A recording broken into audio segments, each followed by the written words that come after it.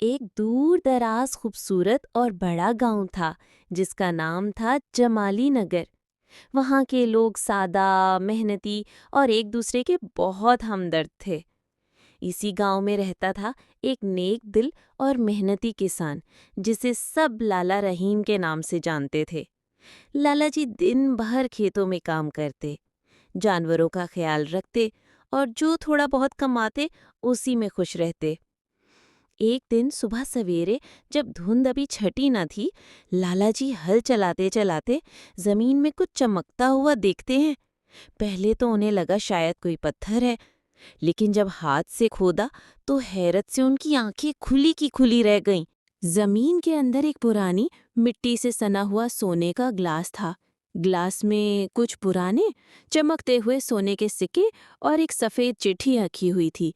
सफेद चिट्ठी पर लिखा था, ये थाली मेरे बेटे या उसके बच्चों के लिए है।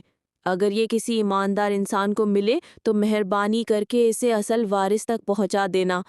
लाला जी ने वो सोने का ग्लास उठाया और भागते हुए गांव के सबसे मुअज्जिज और बुजुर्ग शख्स चाचा हकीम के पास जा पहुंचे। चाचा हकीम ने उस सोने के ग्लास को देखा तो किसान से कहा कि ये तुम क्या लेकर आ गए हो। लाला जी ने बताया कि ये थाली मैं खेतों में से लाया हूँ। चाचा हकीम ने कहा, ये तो मेरे दादा की थाली है। मेरे दादा ने जंग के दिनों में ये थाली छुपा दी थी और फिर वो वापस ना आ सके। चाचा हकीम ने लाला जी को गले से लगाकर कहा, लाला जी, तुमने सिर्फ एक थाली वापस नहीं की, बल्कि मेरे खानदान की निशानी, हमारे बुजुर्गों की याद और मेरी माँ की उम्मीद वापस कर दी है। ये बात जल्द ही सारे गांव में फैल गई। सब लोग लाला जी की तारीफ करने लगे।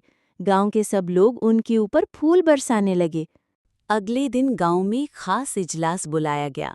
चाचा हकीम ने लाला जी की तारीफ बयान करते हुए सब गांव वालों के सामने कहा, हमें फख्र है कि हमारे गांव में ऐसे ईमानदार लोग मौजूद हैं।